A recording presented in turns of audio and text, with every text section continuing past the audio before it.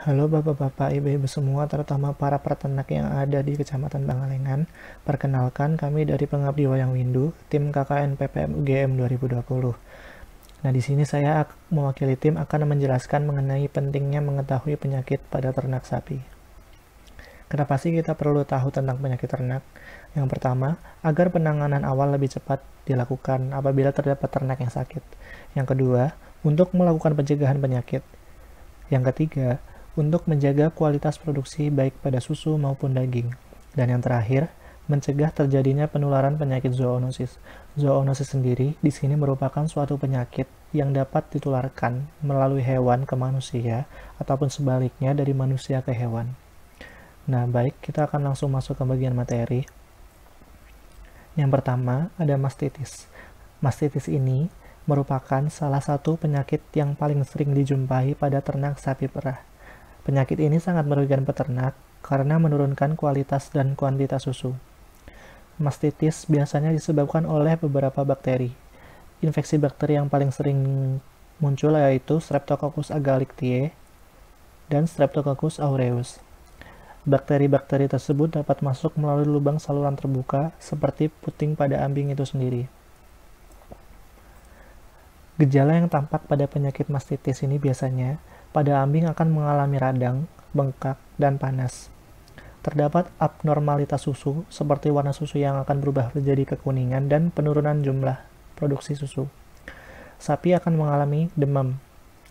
Untuk pencegahannya, dapat dengan meminimalisir sumber pencemaran dengan menjaga sanitasi kandang. Dan ternak sakit langsung diisolasi agar tidak menularkan mastitis ke ternak yang masih sehat. Lalu ada bloat atau kembung. Penyakit ini merupakan penyakit gangguan nutrisi yang disebabkan karena produksi gas dalam ternak yang berlebihan.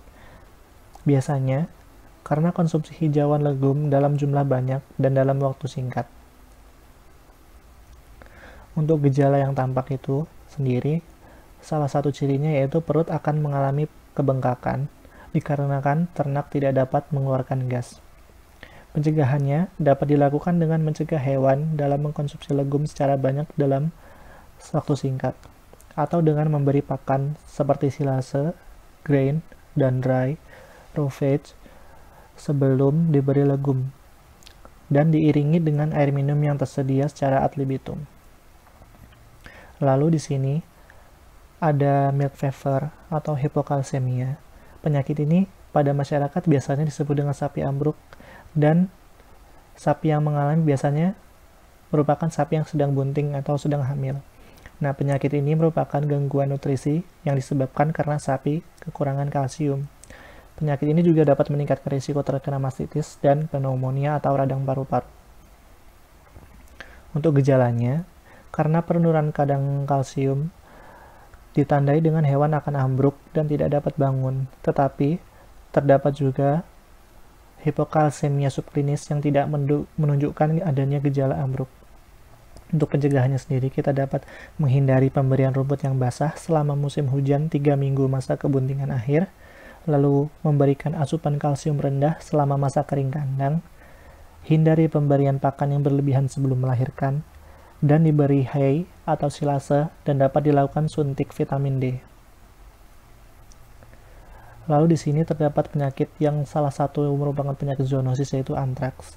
Penyakit ini dapat menyerang sapi, domba, kerbau, kambing, kuda, dan babi.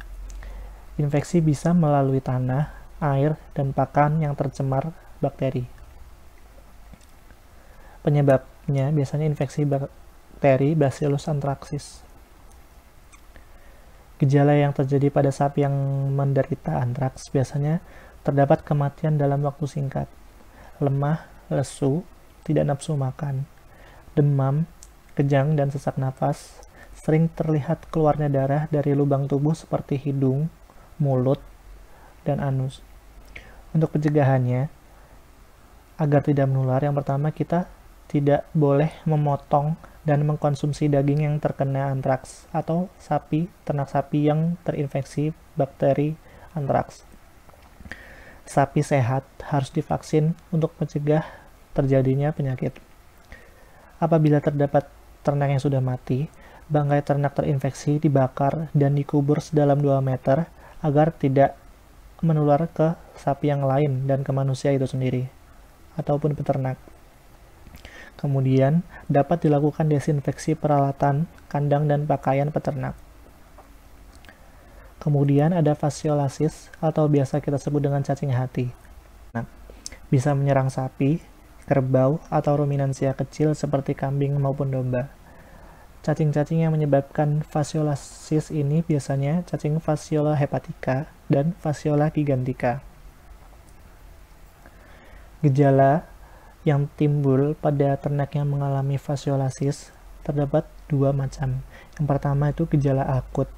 Biasanya perdarahan pada hidung dan anus, ternak mati mendadak tanpa gejala. Lalu, terdapat gejala yang kronis, biasanya ternak akan mengalami diare, hewan kurus lemah, anemia, bulu kering, dan kunsam. Untuk pencegahannya, kita dapat memberantas siput air. Siput air merupakan inang dari cacing sebelum menyerang ke hewan. Biasanya siput air ini akan bertelur dan dapat menularkan ke manusia melalui tumbuhan-tumbuhan air seperti kangkung. Maka dari itu, sebelum memasak, kita dapat mencuci bersih tanaman tersebut sebelum dikonsumsi agar tidak tertular penyakit cacing. Lalu di sini ada sanitasi dan biosecurity. Biosecurity merupakan kondisi upaya untuk memutus agen penyakit ke makhluk hidup. Perlu dieksekusi dengan baik agar dapat melakukan pengendalian penyakit yang baik. Salah satu upaya yang dapat dilakukan yaitu dengan menjaga sanitasi dan hygiene. Hygiene anak kandang dan pemerah. Hygiene anak kandang dan pemerah ini meliputi kebersihan seperti tangan, kuku, pakaian, serta kesehatan dari pemerah agar ternak tidak dapat tertular penyakit dari luar. Penting untuk diketahui karena anak kandang melakukan kontak langsung dengan sapi, begitu juga dengan pemerah yang kontak langsung dengan ambing sapi. Untuk alatnya sendiri, alat yang berhubungan langsung dengan ambing sapi dan susu yang dihasilkan oleh sapi perah. Hal-hal yang wajib dilakukan untuk mengurangi jumlah kontaminasi bakteri itu dapat dilakukan dengan membersihkan peralatan dengan menggunakan desinfektan, penjemuran langsung di bawah sinar matahari, atau dibilas menggunakan air yang mendidih. Untuk sanitasi kandang dan kebersihan ternak, kandang yang baik akan membuat sapi yang ada di dalamnya merasa nyaman, sedangkan kandang yang buruk dapat menyebabkan stres. Selain itu, perlu diperhatikan juga faktor dapat melindungi ternak dari gangguan seperti sinar matahari, hujan, dan angin kencang. Hal-hal yang perlu diperhatikan diantaranya yaitu memastikan sirkulasi udara berjalan lancar, merancang bangunan kandang agar sinar matahari dapat masuk ke dalam kandang, membersihkan rutin setiap hari, dan tidak membiarkan kotoran sapi menumpuk di dalam kandang, dan segera membersihkan sisa pakan yang berceceran. Baik, itu merupakan penjelasan kami mengenai pentingnya mengetahui penyakit pada ternak sapi. Terima kasih. Untuk info lebih lanjut atau apabila bapak-bapak dan ibu-ibu sekalian atau para peternak yang terutama ada di Kecamatan Palengan membutuhkan informasi yang lebih banyak, dapat mendownload booklet dari kami, dapat dengan mengunduh di link yang sudah disediakan. Terima kasih, sekian dari saya.